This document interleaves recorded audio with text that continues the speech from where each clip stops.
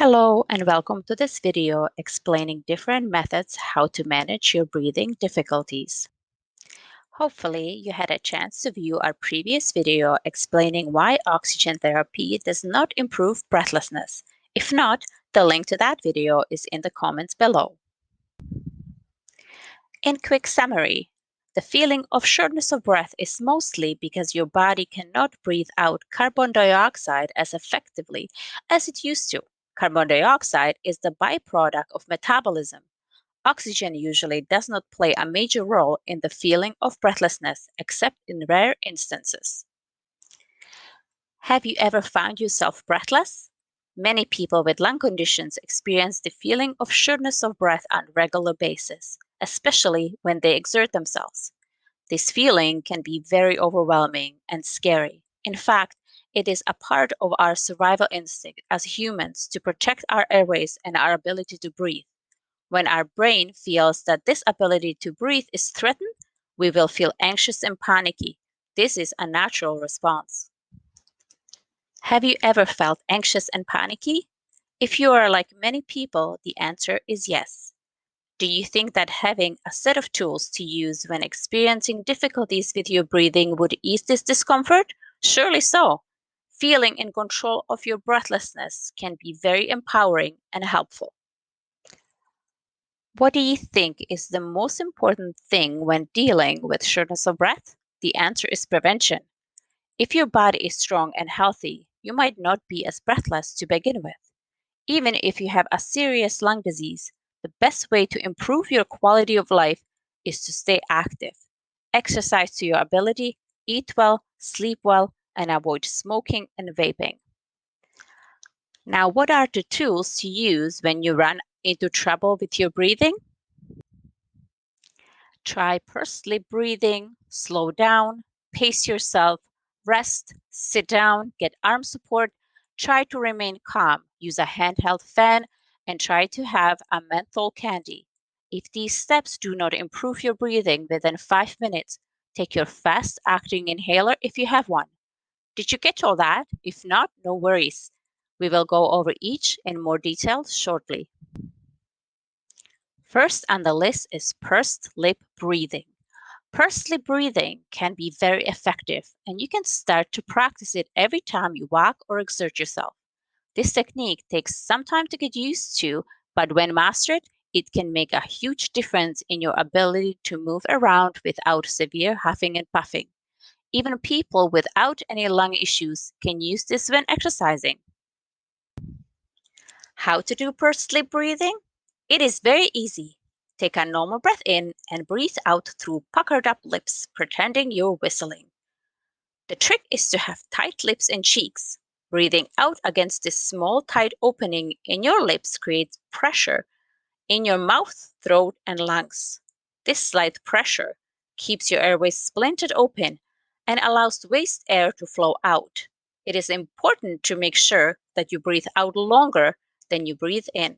Remember, the reason for your struggle for breath is the inability to breathe the waste gas out effectively. Breathing out longer and through tight lips will help you get rid of the waste gas faster. Let's go over the technique again. Take a breath in and breathe out with your lips puckered up and cheeks tight. Repeat. Remember to breathe out longer than you were breathing in. Second on the list of techniques is slowing down and pacing yourself. It is important to slow down. Depending on your health status, lung issues, and energy level, you might get extremely breathless even with minimal exertion.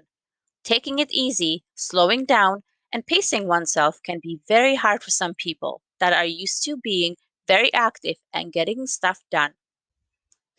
Third on the list is rest, sit down, and get arm support. You can also lean against a counter, table, or a wall. If you're using a walker, sit down on your walker and rest your arms on your knees. If you have access to a shopping cart in a store, use it to lean against as you shop.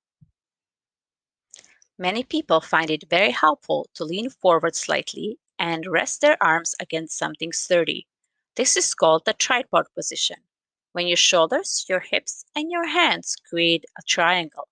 In this position, Your upper body is more supported and your tummy is slightly forward. This allows your lungs to open up more and your breathing improves faster. What is next? Trying to calm down. As explained earlier, it is natural for us to feel anxious or scared when we struggle to breathe.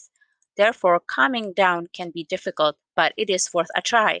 Remember that you have survived every single episode of huffing and puffing you have had to date, so you are a professional at this.